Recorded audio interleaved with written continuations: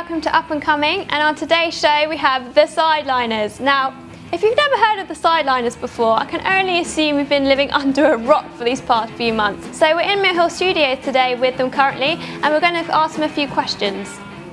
So, can you please introduce yourselves and tell us what part you play in the band? I'm Stuart Sideliner, guitarist, lead vocalist and songwriter.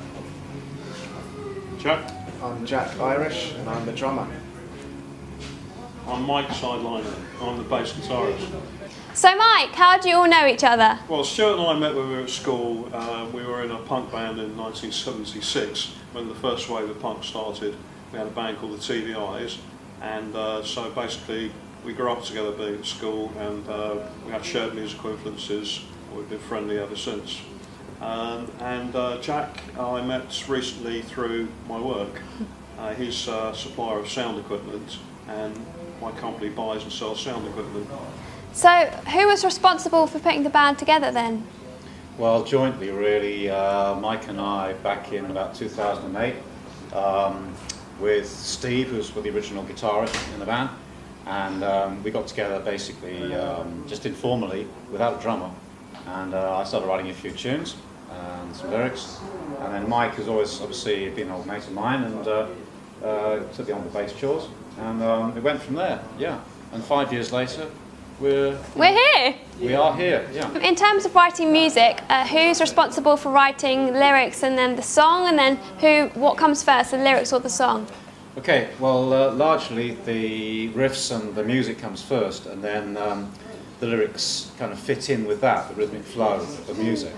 So the music to me has always been like the most important thing, and then the lyrics come after that. Stuart's able to recreate the sounds of the fretboard in his head, so he can actually write a tune he can hear it and then transpose it onto the fretboard. That's how he does it. So it comes naturally to you then, writing music? It's not really a forced thing like, you know, most musicians today, they think, oh, I've got to write a song, I've got to do it now, I've got to be out next week, or they get, you know, their ghostwriter to write it, and, you know. Well, to me, the best bands, the bands that I really revere, bands like Television, The Stooges, more recently Black Keys, yes. Through their music, they seem to create a kind of world in which you can kind of lose yourself. And that to me is interesting in music. If we can do something similar, we're very lucky, but that's the kind of aim that there is with it. Okay?